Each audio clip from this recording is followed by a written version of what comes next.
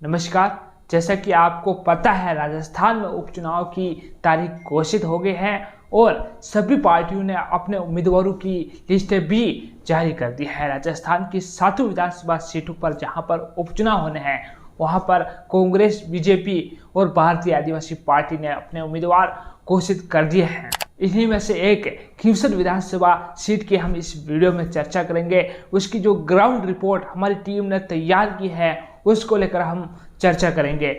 वो रिपोर्ट इस प्रकार आ रही है कि मानो उस रिपोर्ट को सुनने के बाद हनुमान बेनीवाल की नींद उड़ने वाली है, आरएलपी पार्टी की नींद उड़ने वाली है। इस प्रकार ये ग्राउंड रिपोर्ट हमें मिली है। हमने वहाँ के जो स्थानीय लोकल लोग हैं उनसे राय मशवरा किया, इस पर चर्चा की। उनकी अलग अलग राय ये है जो इस प्रकार है। मैं आपको बता दूं, भारतीय जनता पार्टी की तरफ से रेवंत राम डांगा को टिकट मिला है। वहीं कांग्रेस पार्टी ने अपना उम्मीदवार बनाया है रतन चौधरी को, और हनुमान बेनीवाल ने अपना उम्मीदवार बनाया है अपनी ही पत्नी कनिका बेनीवाल को। ये उम्मीदवार तीनों ही पार्टियों ने घोषित कर दिए हैं। इन तीनों ही उम्मीदवार को लेकर हमारी टीम खींवसर विधानसभा क्षेत्र में गई और लोगों से राय मशवरा किया, और लोगों के जो कमेंट्स आते हैं उसके आधार पर यह रिपोर्ट तैयार की गई है। और कहीं ना कहीं हमने पिछले चुनाव में जिस प्रकार रिपोर्ट तैयार की थी, उस रिपोर्ट के परिणाम भी आपने देखे हैं।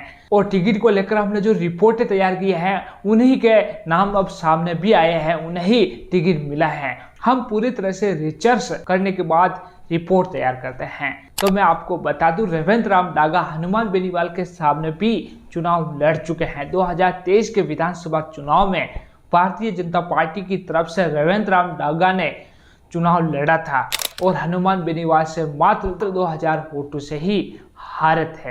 ऐसे में आप मान सकते हैं कि रेवंत राम डांगा मजबूत है।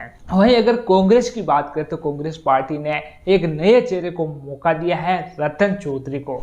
रतन चौधरी कुछ समय से खींवसर विधानसभा क्षेत्र में एक्टिव भी दिखाई दे रहे हैं, लेकिन हम जितना उम्मीदवार के तौर पर रतन चौधरी को नहीं देख सकते हैं। कांग्रेस का वहां पर बहुत ही कम वर्चस्व है। तीसरे नंबर पर हमेशा ही वहां पर कांग्रेस देखने को मिलती आई है। सबसे पहले नंबर पर हर चुनाव में आरएलपी के हनुमान बेनीवाल आते हैं, उसके बाद रेवंत राम डांगा यानी भारतीय जनता पार्टी आती है, और उसके बाद कांग्रेस पार्टी, और उसके बाद अन्य जो निर्दलीय के रूप में उभर कर आते हैं, उनमें से हो सकता है या कोई अन्य राजनीतिक दल हो सकती है। अब अगर हम वहाँ के राजनीतिक समीकरण को समझें और वहाँ के जो लोगों की जो राय के बारे में हम चर्चा करें, तो ये सीधे तौर पर साबित हो जाएगा कि वहाँ पर भारतीय जनता पार्टी ही यानी कि रेवंत राम डांगा ही जीतने वाला है।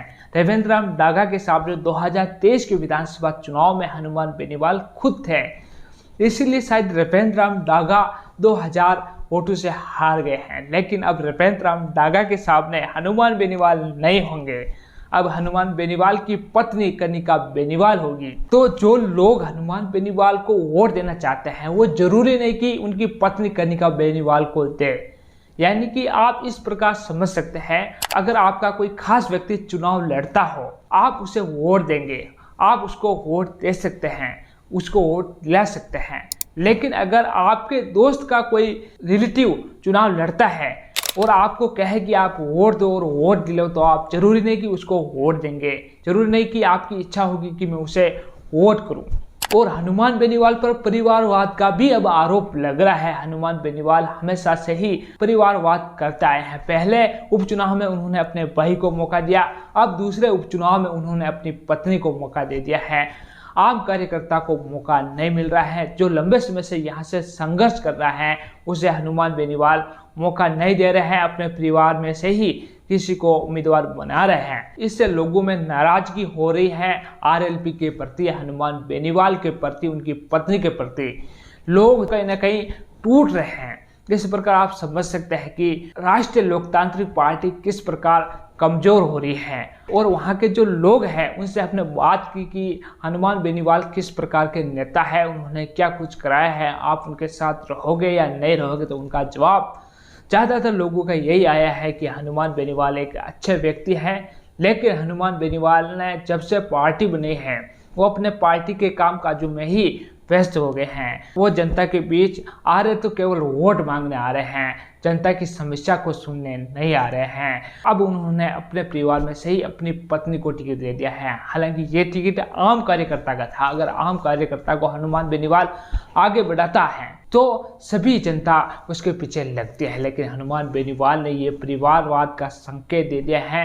लोग नाराज हो रहे हैं और वहाँ के जो लोग हैं वो कह रहे हैं कि हमने हनुमान बेनीवाल को एक ही काम के लिए कई बार बोला है, उसके बाद भी हनुमान बेनीवाल ने हमारी सुनवाई नहीं की है और अब हम हनुमान बेनीवाल को वोट नहीं देंगे, हम किसी और नेता को वोट देने वाले हैं, यानी कि भारतीय जनता पार्टी में हम सपोर्ट करने वाले हैं। तो हमने पूछा कि भारतीय जनता पार्टी को वोट आप क्यों देना चाहते हैं, तो उनका एक ही जवाब आया, रेवेंद्र राम डांगा काफ़ी समय से संघर्ष कर रहा है खींवसर विधानसभा क्षेत्र में और लोगों के दुख सुख में आप शामिल भी हो रहा है। और अगर रेवेंद्र राम डांगा यहाँ से चुनाव जीत जाएगा तो भारतीय जनता पार्टी सत्ता में होने का फायदा भी खींवसर की जनता को मिलेगा। वो नए नए काम लाएगा, यहाँ पर विकास होगा, क्योंकि जिस पार्टी की सरकार होती है वही विधायक वहां पर काम करवा सकता है, मुख्यमंत्री फंड से पैसा ला सकता है और अगर विधानसभा में मांग भी उठाए तो उसकी मांग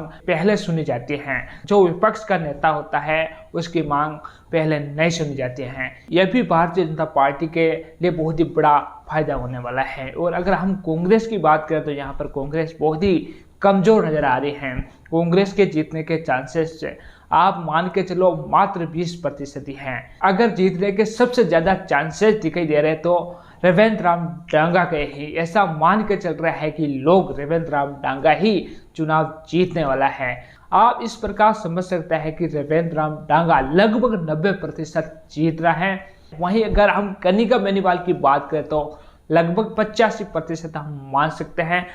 ऐसा नहीं कि कनिका बेनीवाल के वोटर्स नहीं, हनुमान बेनीवाल के समर्थक नहीं, हनुमान बेनीवाल के अटूट समर्थक हैं। हनुमान बेनीवाल के एक आह्वान पर हजारों की संख्या में लोग जमा हो जाते हैं। खींवसर को छोड़कर अगर बाहर की भी बात करें तो हनुमान बेनीवाल का प्रभाव पूरे राजस्थान में देखने को मिलता आया है। हनुमान बेनीवाल ने 2023 के विधानसभा चुनाव में कई विधानसभा क्षेत्रों में अपने उम्मीदवार भी उतारे थे। हालांकि सभी चुनाव हार गए, लेकिन कई ऐसे उम्मीदवार भी हैं जो बहुत ही कम वोटों के अंतर से चुनाव हारे थे। ऐसे में आप समझ सकते हैं कि हनुमान बेनीवाल किस प्रकार के नेता हैं। लेकिन अगर हनुमान बेनीवाल की पत्नी खींवसर से चुनाव हार जाती है, यानी कि जो हनुमान बेनीवाल की गढ़ गाई जाने वाली सीट खींवसर विधानसभा सीट अपनी ही पत्नी हार जाती है, तो हनुमान बेनीवाल का राजनीतिक स्तर है वो कहीं ना कहीं कम होगा। लेकिन हनुमान बेनीवाल इस सीट को जीतने के लिए हर वो संभव प्रयास करेंगे, एडी से लेकर चोटी तक जोर लगा देंगे इस सीट को जीतने के लिए। और हनुमान बेनीवाल के पार्टी के जो लोग हैं, जो कार्यकर्ता है, वो ये कह रहे हैं कि हनुमान बेनीवाल रातों रात बाजी पलट देते हैं। ऐसे नेता है हनुमान बेनीवाल। हमें कहीं ना कहीं ये स्वीकार भी करना होगा, क्योंकि हनुमान बेनीवाल ने खुद की एक पार्टी खड़ी की है। हनुमान बेनीवाल भारतीय जनता पार्टी में थे, उन्होंने भारतीय जनता पार्टी को छोड़कर अपनी एक नई पार्टी बनाई, राष्ट्रीय लोकतांत्रिक पार्टी। उस पार्टी को चला रहे हैं, तो आप समझ सकते हैं कि हनुमान बेनीवाल कहीं ना कहीं मजबूत नेता है, ये हमें स्वीकारना होगा। तो साथियों, इसको लेकर आपकी क्या राय है? क्या हनुमान बेनीवाल ही यहाँ से जीतेगा या फिर Bharatiya Janata party? Comment section में जरूर लिखें। और आपने अभी तक हमारा चैनल सब्सक्राइब नहीं किया तो जल्दी ही सब्सक्राइब कर दें, बेल आइकन को दबाते इस वीडियो को ज़्यादा से ज़्यादा लोगों के साथ शेयर करें। धन्यवाद।